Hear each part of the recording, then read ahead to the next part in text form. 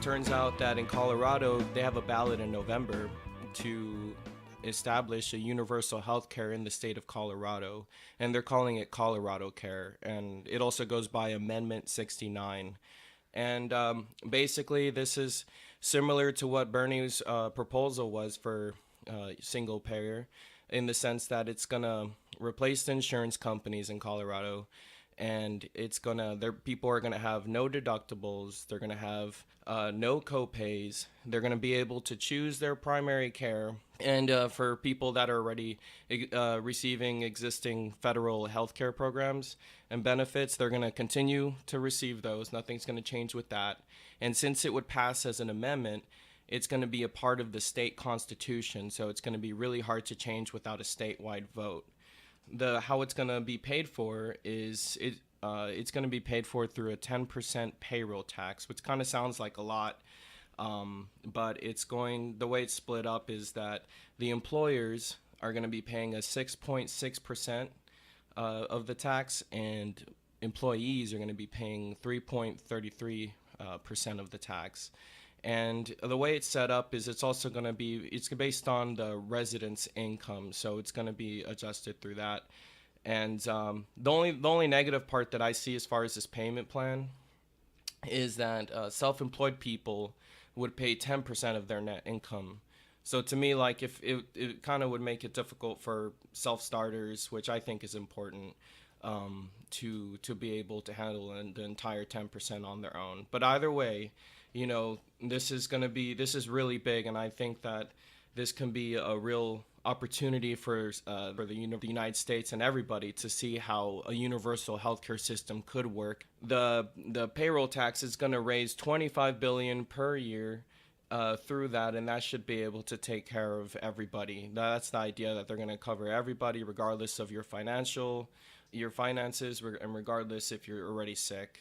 So this is going to be great. Yeah, I think it sounds amazing. And the reason being is, even though, yes, you are going to have to pay some additional taxes, as Bernie said in his campaign when he's talking about universal health care, think about how much you're going to save over time and not having to pay premiums, worrying about deductibles, worrying about, as we discussed in a previous podcast, if your doctor takes your insurance. It just sounds like it's going to be so much easier.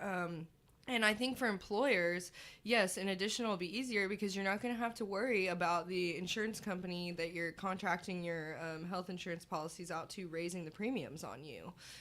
Because the employer makes a commitment. Sometimes they agree, in rare cases, they agree to pay 100% of your premium for you if you're employed with them.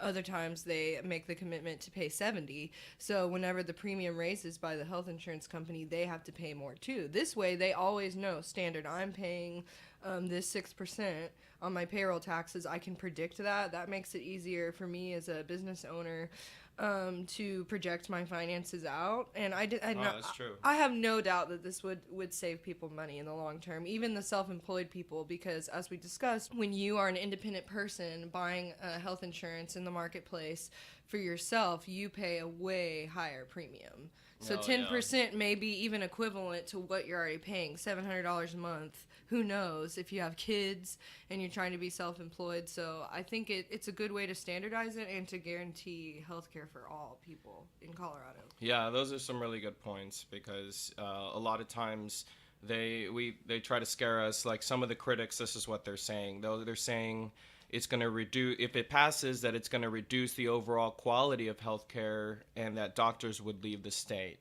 They're saying it would increase wait times, insurance companies would dissolve. They argue that taxes would be excessively burdensome to the state and be unattractive to business, and that they would put healthcare decisions at the whim of politicians.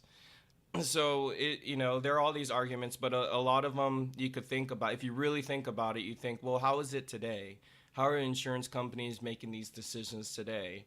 And so really, like, as far as reducing the quality of healthcare and doctors would leave the state, well, right now, the quality of healthcare is abysmal. Nobody can afford it, even if they have insurance. Like you were saying, they can't even use that insurance, or they won't, because of the co-pays, and the deductibles real high, so they can't even get there. Or, oh, this is another thing I wanted to talk about that I thought was cool, was that they're going to have the ability to negotiate with pharmaceuticals.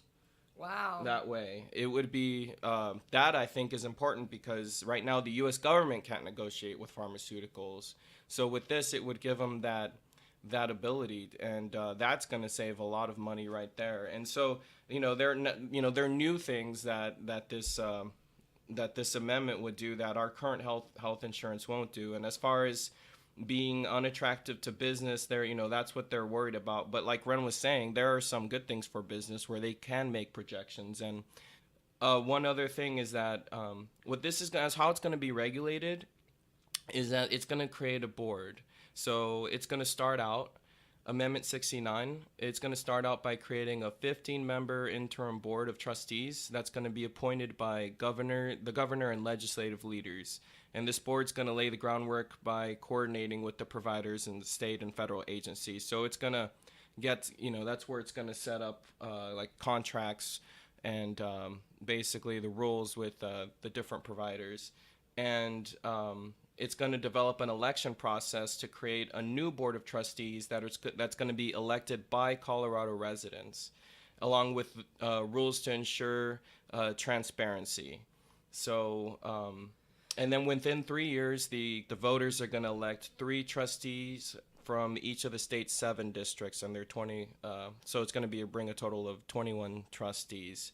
So in a sense, they're trying to make it transparent. They're going to try to make it where this board is governed by the people. They're calling it like the largest cooperative that there's going to be, and so I think that's important. So going back to the payroll tax and how that's going to be established for people's projections. Another thing people worried about is, what if this board, this unknown board, is going to be raising that? Well, they can't raise the payroll tax without the people being the ones to vote on that. Oh, okay, so that's written into this? The tax has to be amended by a vote with the people? The payroll tax cannot be raised without voter approval, which I think is really important, because then the voters are the ones that get to make the decision on if the tax is going to move or not. Yeah, that's very important, because I know that's an argument that they'll probably use. But when you really think about it, I think that this benefits everyone, even the providers. Because, we personally know a few people that are in the healthcare field, and navigating all this insurance, all the paperwork. Each insurance company has different things they cover and different things they won't. And the providers have to hire staff and have all this extra legwork to navigate all that. And if you just have a universal system, you're not stressed. There's one system, one set of procedures that are covered that you have to worry about. And I think it's going to save them a lot of time, a lot of energy and money.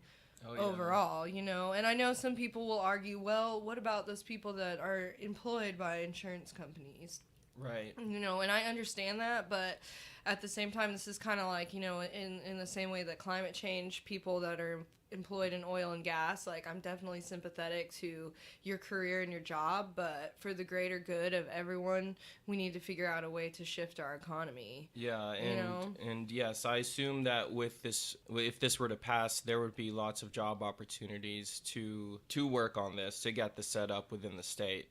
Yeah, there would be a lot of new state jobs created, which usually, at least here in Texas, the state jobs, Jerry works for the state, are one of the few that still have pensions associated and still have a good set of benefits. And in fact, the state does, in Texas, pay for 100% of his premium. So... yeah, it's very nice. Though I still got, again, co-pays and deductibles. Yeah. But... yeah, this would be amazing. So, I wanted to bring this up to people's attention because just like marijuana rights, just like gay marriage, those types of issues are passing slowly on through the state level. And now just look at gay marriage. And now it's somehow, thanks to the Supreme Court decision, which I'm sure is made its decision based on also the pressure from people, we have gay marriage in all the United States, and now in these states, we're seeing more and more states legalize marijuana or decriminalize it, or just have it for medical. Even Texas has a little bit. Even Texas passed a law that allows CBD oil to be used for certain types of patients, which is huge because this is Texas, so Republican state. So I mean, the way I see it is that if something like this could pass in Colorado, in this state, other people will follow suit if they see that it would actually work and save the people money and allow healthcare to go to everyone, and no one would have to worry about what they're gonna do if their loved ones are sick, or how much debt they're gonna be in if they're sick. And Oh, I'm sorry. no, go ahead.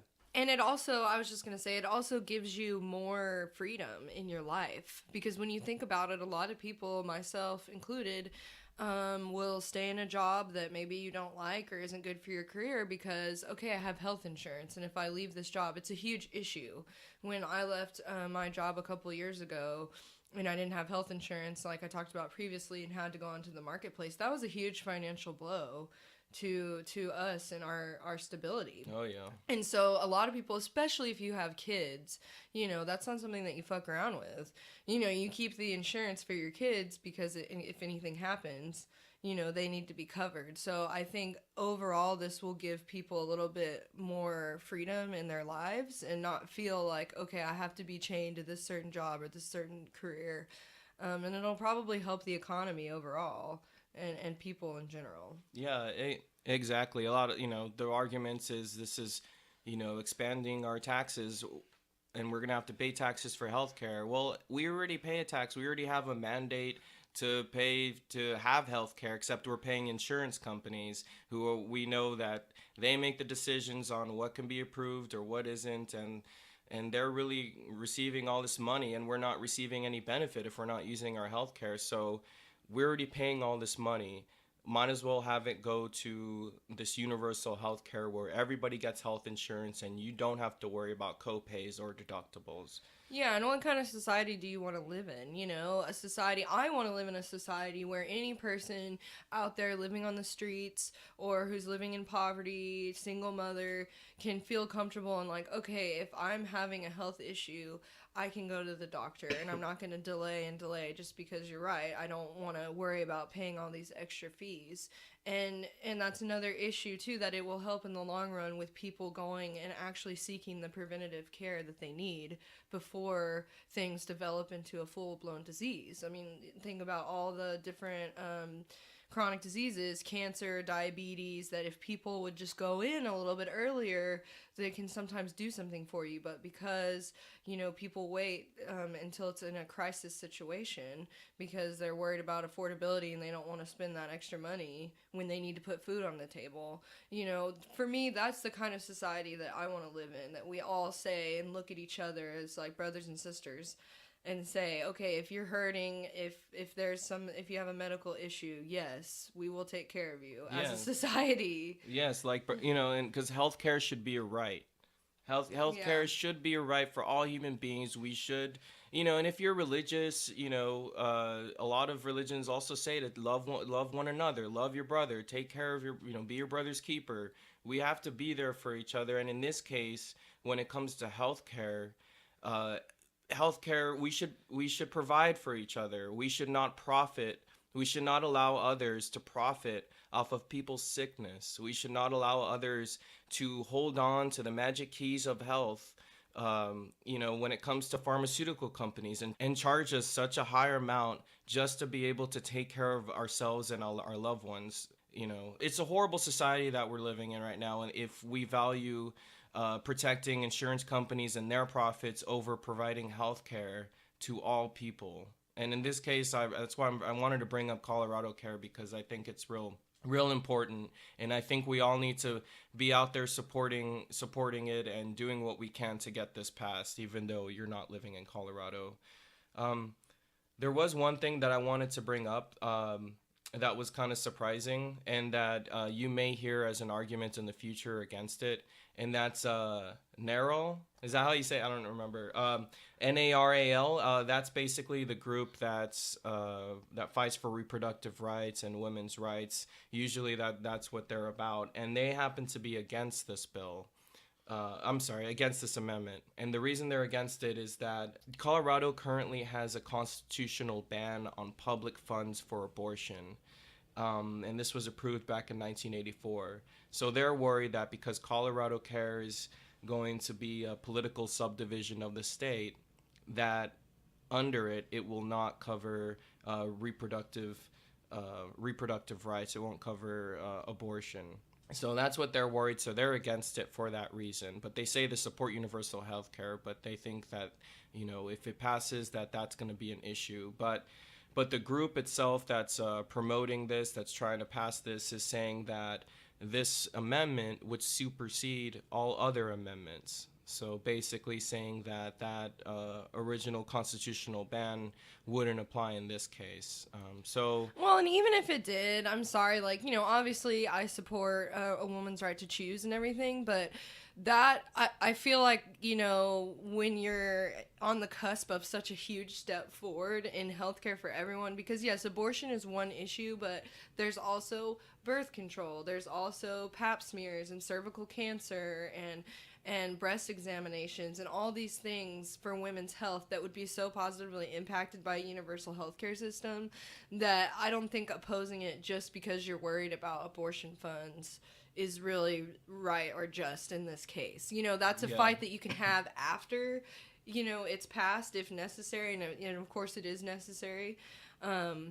But to kind of try to derail the whole thing and come out against it, especially as an influential women's reproductive rights group, I don't like that. And I'm sorry, no, I'm sure that they've done a lot of good work, but I just have to say they endorsed Hillary.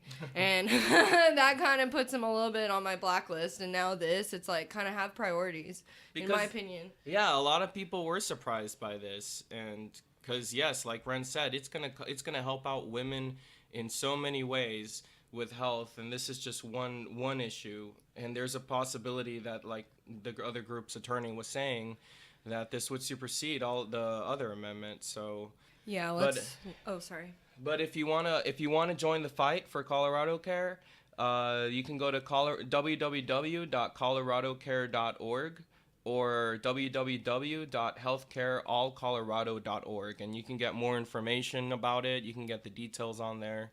And join the fight, please, because we really need this to pass. This is our chance to get universal health care to the states. Yeah, we're not going to waste it, right, guys?